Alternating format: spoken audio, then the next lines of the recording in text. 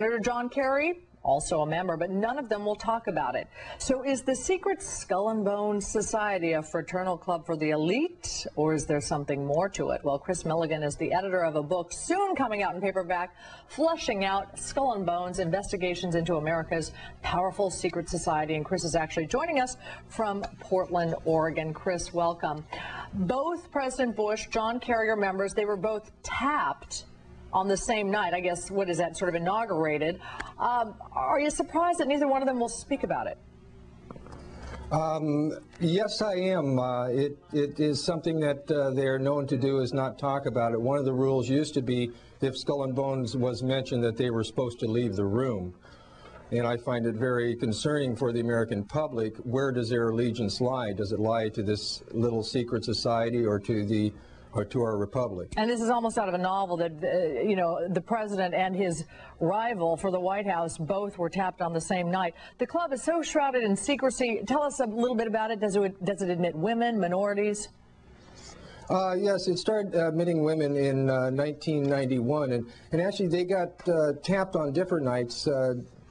John Kerry is a member in 65, and George Bush was a member in 68. Oh, it's both of them seem to rely upon the group for, well, John Kerry married two ladies who are relatives to Bones, and then also George Bush went to Bones a lot of times when he needed money for his business associates, and then he has appointed 10 members of Skull and Bones into his cabinet and has another one as a nominee.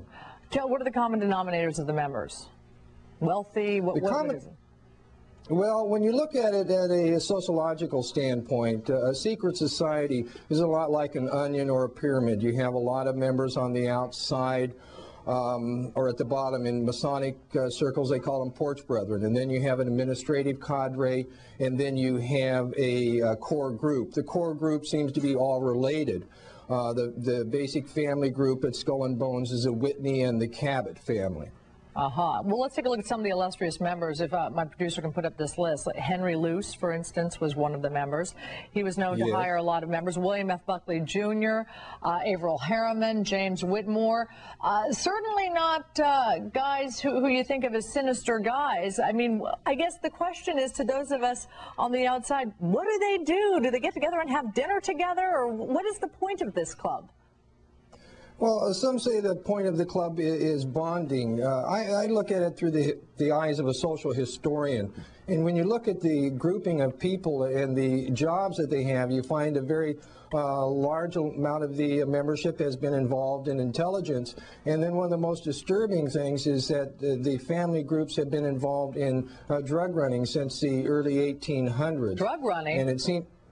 Yes. The founder of Skull and Bones was William Huntington Russell, and his family business was a Russell and Company, which was the America's largest opium smuggler, the third largest in the world.